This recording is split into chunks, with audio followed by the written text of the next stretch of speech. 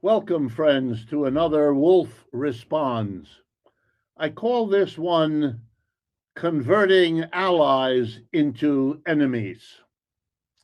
And I can imagine you can guess what I'm going to talk about. The, the closest allies that the United States has had for most of the last 50 to 70 years have been the Europeans, Western Europeans, and Mexico and Canada. They are our major trading partners. They are the amazing investment partners with the United States and American companies. And they've been that way for a long time. Together, they're called the G7: the United States, Britain, France, Germany, Italy, Mexico, and Japan. And they have been the center of the global economy, the richest concentration within that global world economy. But they have fallen on hard times, slowly at first, and now picking up steam. We've already been passed by another global economic powerhouse, the People's Republic of China, and its close allies, generally known as the BRICS. The BRICS and China are already a bigger, richer economic unit than the G7, the United States, and its closest allies. And the gap between them is getting wider and wider, and all in favor of the Chinese and the BRICS. But the United States has tried more and more in the last 20 years to stop that process, to slow it down, to provide obstacles to anything and everything China and its allies are doing. The Democrats did it, the Republicans did it. They differed on how to do it, but not on whether to do it. They didn't differ on the basic strategy. And that's part of the reason why the Democrats are so poor and so weak at opposing Mr. Trump. They don't like how he does it, but they're already on the record, in some cases for decades, advocating much the same thing. Media outlets are replaying speeches by Senator Biden long before he became president, in which he says things quite similar. Now, I want to look at this process, a hard but an honest look, because you're not getting neither an honest nor a hard look. Most American commentators on what we are all living through are practicing, as I have pointed out in the past, denial. Kamala Harris and Mr. Trump, in their presidential contest, never mentioned the problem of a declining empire. It's as if they couldn't say it, they couldn't even think it, and they would never dare admit it. So let's do that, what they're unwilling to do. And let me show you how much sense it makes. I'm going to go back to the 20th century, the one right behind us, before this one, and start my story there. I'm going to start with the first of the two most dreadful events of the 20th century, the two world wars.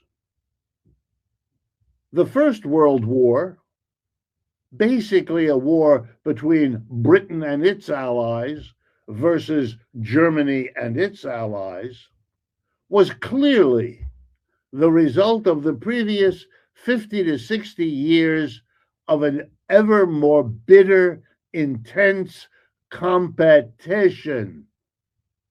Britain was the old dominant empire in the 19th century. When we enter the 20th century, there's one major contestant who is challenging the Germans, the British, excuse me, it's the Germans. In a way, so was the United States, which grew very quickly after the Civil War and began to challenge the British Empire, of which it had once been a minor part. World War I shocked the people of Europe as they slaughtered one another on a scale we have never seen before. The two world wars, both fought by competing capitalist economies looking, in most cases, to expand. I'll come back to that. Let's go back to the First World War. The horror of the killing that took place on a scale no one had ever seen led all the countries at the end to say something profound to one another. We are all human beings. We are all the human species. We have got to come together so that we never again destroy one another in the manner of World War I between 1914 and 1918. So they set up something called the League of Nations. Eventually, in the 1930s, a few years, a decade after the League of Nations is organized, three important countries withdraw, break faith with the Allied effort to set up a global way to talk about problems, to solve contests without killing each other, to make arrangements, to give compromises, to make them in the interest of never again another war. The three countries that withdrew: Germany under Hitler, Italy under Mussolini, and the Japanese. And they became the allies, one of the other, all three of them, and eventually, having broken from their former allies in the League of Nations by literally leaving the League of Nations, once again, the Japanese tried to expand their capitalism by invading China in 1931. The Germans expanded into Poland, Czechoslovakia. You know the story. The Italians tried to take parts of East Africa, and so on. And the horrified West wasn't going to have it, wasn't going to let them do it. Oh, they made arrangements, they made some accommodations. But as they saw the process never stopped, the growth of every capitalist country is an urge that it cannot forestall. We had the horror happen again, World War II, which outdid World War I in the killing, in the machines of death, culminating, of course, in the dropping of 2 atomic bombs on Japan by the United States. So horrified, again, were the Europeans, because it was still chiefly, although not only, a European phenomena, set up another organization, like the League of Nations, but after World War II, it came up with the name United Nations. You know, the one with the tall building on the east side of New York City. But what has happened is that the countries that got allied together, and let me remind you who all the allies were that got together after World War II to set up the United Nations. I'm going to start with the Soviet Union and the United States. They called their relationship a Cold War, but they both joined and supported the United Nations. And for 70 years, we didn't have a war between those two. We never did. And the UN was an important part of preventing it. All the countries of the world were allied in what was a human objective: to work through our difficulties. But once again, we are witnessing an ally who is unwilling to play anymore in the United Nations. And where are these withdrawers from the United Nations? They're all over the United States, especially in the Republican Party, yes, but quietly in the Democratic Party, too. These are the people who think the United States can and should go it alone, who are America first. You know who had that idea when they broke away from the League of Nations? Hitler and Mussolini and the Japanese. Yeah, it's not a new idea. Deutschland über alles translates into Germany over everybody else. Same idea, same motivation, same procedure. Mr. Trump has withdrawn from much of the United Nations. Not 100%, not finally. He's withdrawn from many UN agencies. They've stopped funding them. Biden stopped already earlier.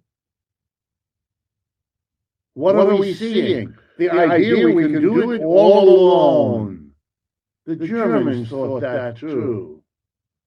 And with their allies in Japan and Italy, they were particularly strong. What is going on is that allies are being converted into enemies. I'm going to conclude this video by going over a few of the examples so that you see the pattern. The United States' two major trading partners for years now have been Mexico and Canada. Mr. Trump, without consultation, without meetings, without the way you would treat an ally, simply imposed economic pain on these societies by hitting them with tariffs. He hit the whole world with tariffs. He was letting the whole world know, I can do you damage, and I will. And you better do what I tell you to do, or else. He demanded of the Europeans, as he did of the Mexicans and the Canadians, that they take steps that advantage the United States at their expense, or else suffer even higher tariffs that he had unilaterally imposed upon them. This put the Canadians and the Mexicans, and by the way, the same thing has happened to the Europeans now, first around the tariff question, and now he's hit them again by saying, I got a whole new set of things I want you to do. I want you to give me Greenland, for example. And what do I give you in exchange for that? Nothing. I'm taking it over. And if you resist, I'll hit you with more tariffs. And then he drops the remark that if that didn't work, military options, to quote his office in the White House, remain on the table. Wow, you are threatening your ally with military intervention if they resist the pain you're unilaterally imposing on them out of the blue. So what have the Canadians and the Mexicans done? Well, many things, quietly, but some things can't be quiet. So I can tell you about them. Nothing secret here. I have no access to any information that you can't readily confirm. Mexico permits the Chinese to sell electric vehicles made in China in Mexico. China, as I've told you in the past, won the competition. They produce the best quality, lowest price electric cars and trucks that are available on planet Earth. I know you've heard Elon Musk and Tesla for years, but the company and the people who won the competition to produce the best electric vehicles, you don't know their Chinese names. Most of you do not know the names of the corporations over there, the most famous of which is the BYD Corporation. Americans are driving those cars along the Mexican border. Americans have gone into Mexico where you can buy them. Well, the new leader of Canada, a couple of weeks ago, went to China and signed an agreement there. And here's the agreement. China will buy huge amounts of canola oil, which is wonderful news for the Canadian farmers in Saskatchewan, who will now have a market for their product. In exchange, Mr. Carney, the Canadian leader, lowered the tariff. They had followed the United States and had a 100% tariff against Chinese electric vehicles, which the U.S. still has, as I'm speaking to you. But Canada lowered it. As of February 1st, a few days from now, it'll drop from 100% to 6.1%. Guess what? You're going to be seeing BYD and other Chinese electric vehicles as Americans cross the Canadian border to buy them. We've converted an ally into someone who is going to be looked at by Americans as an enemy, bringing in the Chinese vehicles, making money for the Chinese companies. As the world shifts to electric vehicles and the United States hangs on to the priority for fossil fuel burning cars, the market for American goods based on that will shrink. And the market for electric will continue its great growth over recent years. I could go on. There is the snatching of Greenland from what was the NATO ally Denmark, denounced by virtually every European leader, possible exception of Mr. Starmer. We therefore have this spectacle of European leaders fearful of saying anything to get Mr. Trump even angrier at them. But whether they say it publicly or not, they know. And if you connect to Europe as I do, you hear it now every day. They are looking for new deals. Germany is cutting new deals with China. Well, where else would you expect them to go? China and the BRICS is the other pole. There's nowhere else for anyone to go. The choice for the United States, and this is the most important political message I can leave with you today, is whether to continue like an angry child, flailing out at the world with tariffs, with outrageous abductions of their leaders, snatches of their territory, disregard and disrespect in every speech. That's one way. That's the way of the petulant child. It's not going to solve the problem. History will not go backwards to please the United States. Our time as the global dominant is over. Now we can work it out with the newly emerging, the Chinas, the Indias, the Brazils, the Russias. Or we can convert these potential allies in working things out on a global scale. The dream of the League of Nations, the dream of the United Nations, or we can be confrontational with brutal language, brutal actions, and what will follow, which will be a conversion of our decline from slow and peaceful into fast and brutal. I don't want it. I don't think you want it. We have got to change our leadership so it stops acting in that way. It is self-destructive. If interventions like this strike you as useful, as provocative in the good sense of having you think in new ways about old problems, then please share this video with your friends, your co-workers. That's why we make them. And if you can help defray the cost, please visit our website, democracyatwork.info, or our Substack, democracyatwork.substack.com. There will be ways there to donate and to participate in our growing community of concerned citizens. Thank you.